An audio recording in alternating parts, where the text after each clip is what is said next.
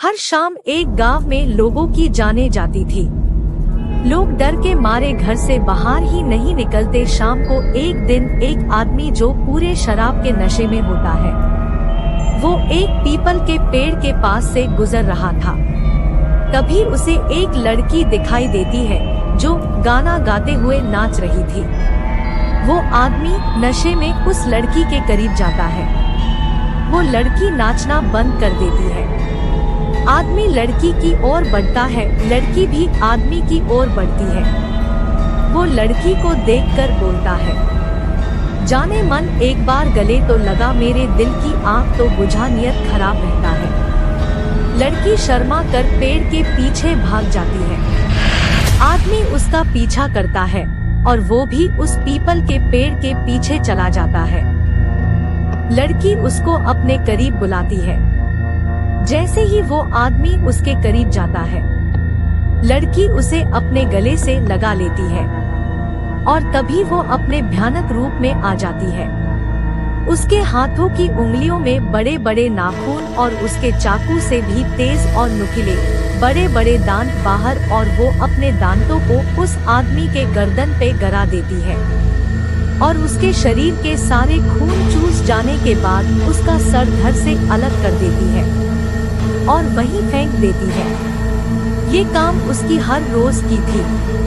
वो हर रोज किसी न किसी को अपने प्यार की जाल में फंसाकर ऐसे ही दर्दनाक मौत देती थी। पूरे गांव के लोग डर गए थे। जब कोई भी शाम के वक्त बाहर नहीं निकलता तो इसे कोई भी नहीं मिलता था जो इसके प्यास को बुझा सके।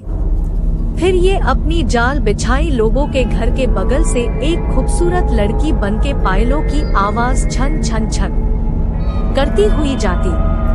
कई घर पार करने के बाद एक घर के बगल से गुजरती है। तभी अंदर से 18 वर्ष का नौजवान लड़का पायल की छन छन आवाज सुनकर तुरंत दरवाजा खोल कर देखता है। वो देखकर खो ही जाता है।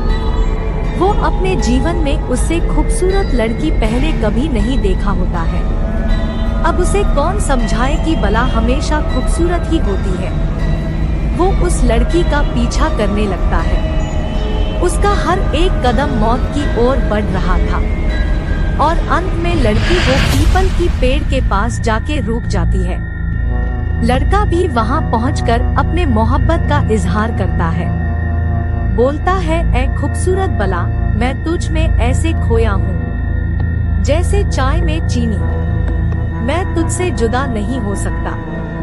लड़की बोलती है, कमाल के लड़के हो, जुदा भी नहीं हो सकते और वहाँ दूर खड़े हो, आओ मेरे करीब आओ, मैं भी तुमसे जुदा नहीं हो सकती। इतना बोलकर लड़की अपने दोनों हाथों को उठा लेती है गले लगाने के लिए।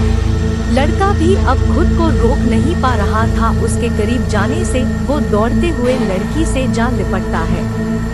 लड़की उसे अपने गले लगा के उसके कान में धीरे से नशीली आवाज में बोलती है, मैं तुम्हें जान से मार दूंगी। लड़का मजाक समझता है और बोलता है, मर तो मैं पहले ही गाया था तुम्हारी खूबसूरती देखकर, अब क्या ही मरोगी। तभी चुड़ैल सोचती है, ये लड़का कितना नौजवान है, इसका खून कितना गर्म होगा, इसे तो मैं तरपा तरपा के मारूंगी। फिर वो लड़की के रूप में ही बोलती है, ऐ नौजवान, मैं तुम्हारे होठों को चूमना चाहती हूँ। लड़का भी तो यही चाह रहा था। वो दोनों आपस में चुंबन करते हैं। तभी लड़के की जीभ लड़की अपने दांतों में दबा लेती है। लड़का को बहुत मजा आ रहा था और अचानक ही वो लड़की चुड़ैल के रूप में आती है और उसके जीभ को काट देती है। लड़का जीभ कट जाने की वजह से चिल्ला भी नहीं पाता है और तभी लड़के की गाल पे वो अपना नुकीला दांत गड़ा देती है और लड़के का गाल चिरकर खून पीती रहती है। वो दर्द से तड़पता रहता है और फिर उसके गर्दन पे अपना दांत गड़ा देती है और उसके सारे खून चूस जाती है। प्यासी भूतनी उस दिन बहुत खुश हुई क्योंकि उस दिन उसे एक नौजवान का गर्म खून पीने को मिला।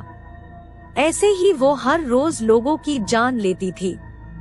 फिर एक दिन एक बाबा जा रहे थे, उसी पेड़ के बगल से शाम का समय था।